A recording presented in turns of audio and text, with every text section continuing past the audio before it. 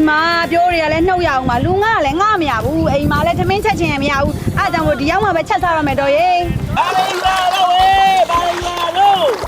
ဒီနေ့တော့ထူးထူးခြားခြားဟင်းလေးဖြစ်သွားအောင်လို့ဝတ်သားနဲ့ပဲဦးနဲ့ယူလာတယ်တော့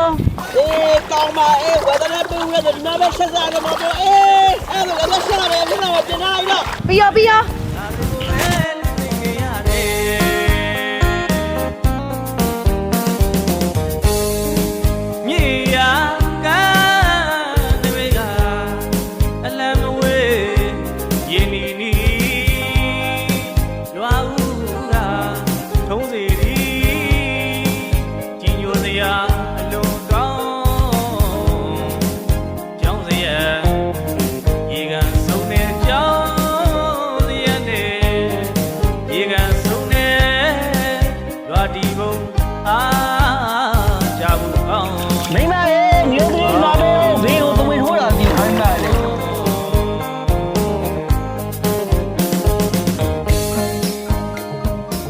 ဆိုကျွန်တော်တို့ဒီဝတ်သားနဲ့ပေးဦးနဲ့ဆိုတာကကျွန်တော်တို့မြန်မာနိုင်ငံမှာ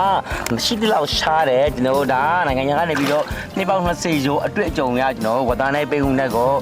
ချင်းဆက်ဆက်လေးနဲ့လုံးဝစားလို့ကောင်းတဲ့ပုံစံမအီတဲ့ပုံစံမျိုးနဲ့ကျွန်တော်ချက်ပြတော့မှာဖြစ်ပါတယ်ဒီဝတ်သားနဲ့ပေးဦးနဲ့ကိုကျွန်တော်တို့ OMG ရန်ကုန်မန္တလေးဂျပန်တို့မှာကျွန်တော်တို့မကြာမီရောက်ထပ်ပြီးတော့မှာဖြစ်ပါတယ်โอเคလက်ကြည့်ရအောင်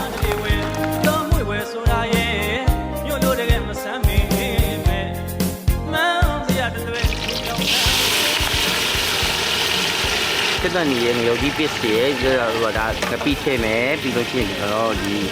အချိုငယ်ကျွန်တော်တို့တိတ်တဲ့ဟာသုံးလို့ရတယ်ဒါချီဖြစ်ဖြစ်ကျွန်တော်တို့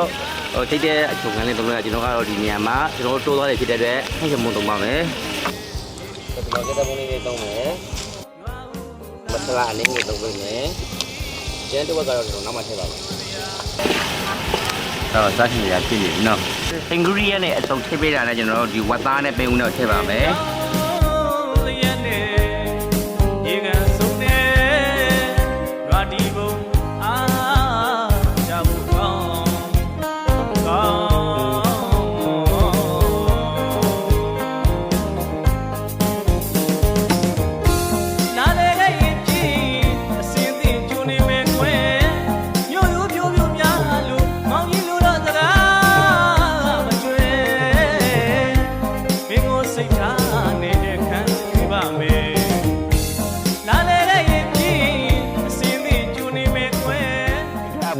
ဝေရလိုက်မှာဟုတ်လားဒါအဝေရလို့ခေါ်တယ်အဝေရဆိုလို့ရှိရင်ငွေဝက်ကြောက်ဝေး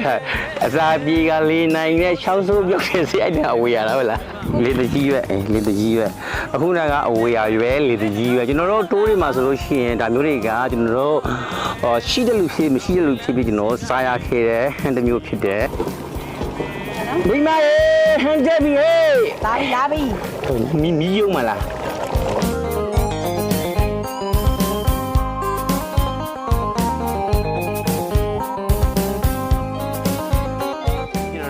ခုနကကျွန်တော်ဝတ်သားနိုင်ပင်ဦးနဲ့ကိုချက်ပြီးတော့ပဲရှင်းပြဆိုတော့